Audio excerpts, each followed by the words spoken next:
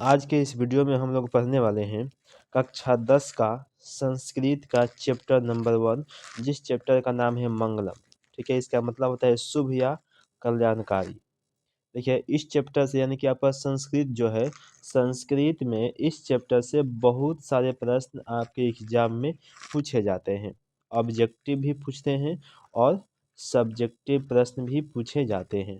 ठीक है, तो चलिए हम लोग इसकी शुरुआत करते हैं। ठीक है, जो प्रश्न उत्तर दिया हुआ है, ये आपका जो हम लिखे हुए हैं, ये आपके चैप्टर का सारांश है, यानी कि इसको अनुवाद करके हिंदी में लिखा गया है। लेकिन चलिए हम आपको प्रश्न उत्तर बताएंगे डायरेक्ट एक के बाद। ठीक है, क्योंकि आपके एग्जाम में यहाँ से पूछने वाला है। देखिए, प्रश्न पूछता है कि मंगलम पाठ में कितने मंत्र है। ठीक है, या फिर इसी प्रश्न को पूछता है कि मंगलम पाठ में कितने मंत्र संकलित है। ठीक है, तो इसका उत्तर लिखेंगे हम लोग 5। क्या हो जाएगा? 5। इस प्रश्न को 1 नंबर में भी पूछता है और 2 नंबर में भी पूछता है। ठीक है, चलिए दूसरा का प्रश्न है कि सत्य का मुंह किस पात्र से ढका हुआ है। तो लिखेंगे इसका उत्तर हिरण्मय पात्र से। हिरण्मय पात्र से।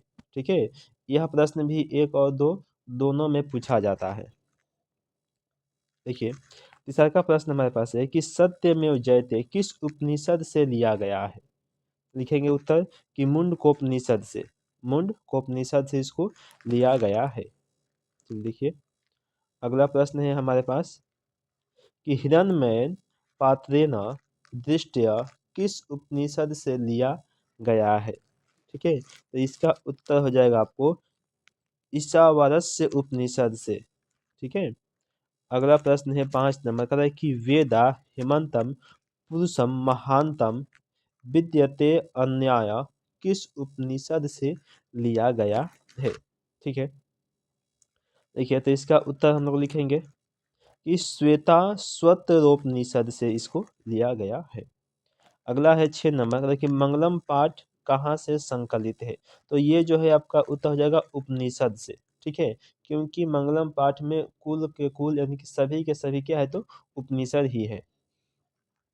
चलिए देखिए, अगला प्रश्न है 7 नंबर का, कि अनोन्याना महतो महिमात्मान किस उपनिषद से लिया गया है। ठीक है, तो इसका उत्तर लिखेंगे हम लोग कि कंठोपनिषद से। कंठोपनिषद से इसको लिया गया है। अगला प्रश्न है कि महान से महान क्या है। मतलब कि महान से भी महान क्या है, तो उत्तर लिखेंगे आत्मा। क्या हो जाएगा? आत्मा।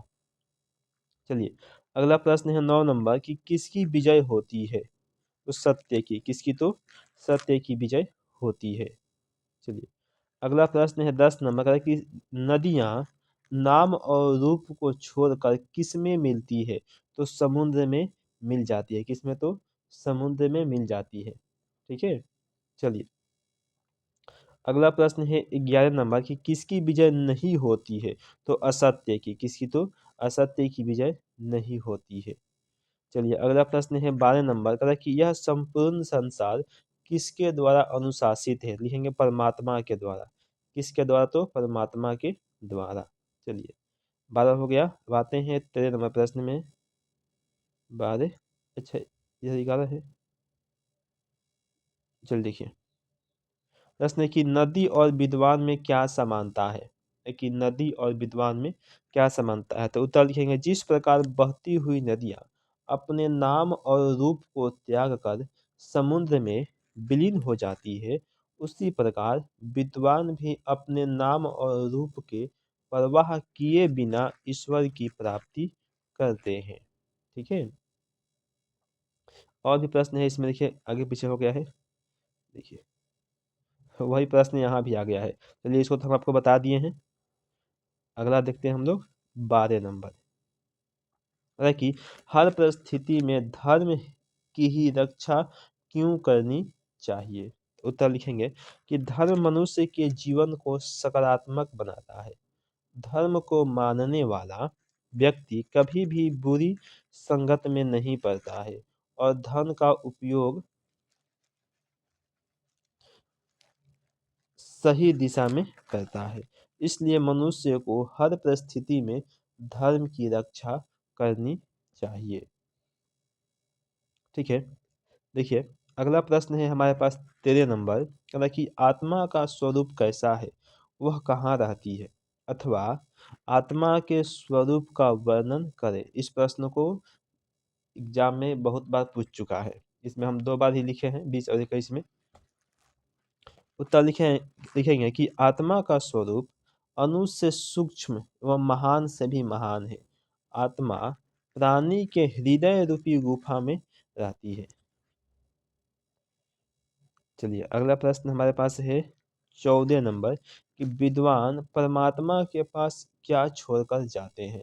उत्तर लिखेंगे कि विद्वान मोह माया त्याग कर, यानी कि सर्वस्व न्यौछावर कर परमात्मा के पास जाते हैं। जो विद्वान होते हैं मोह माया को त्याग देते हैं। ये अपना है, वो ये है, भाई है, बहन है, माता है, यानी कि सबको त्याग करके, न्यौछावर करके, सर्वस्व सब कुछ अपना त्याग करके परमात्मा के पास चले जाते हैं। ठीक है, चलिए तो यह चैप्टर आपका समाप्त हो गया इस वीडियो में।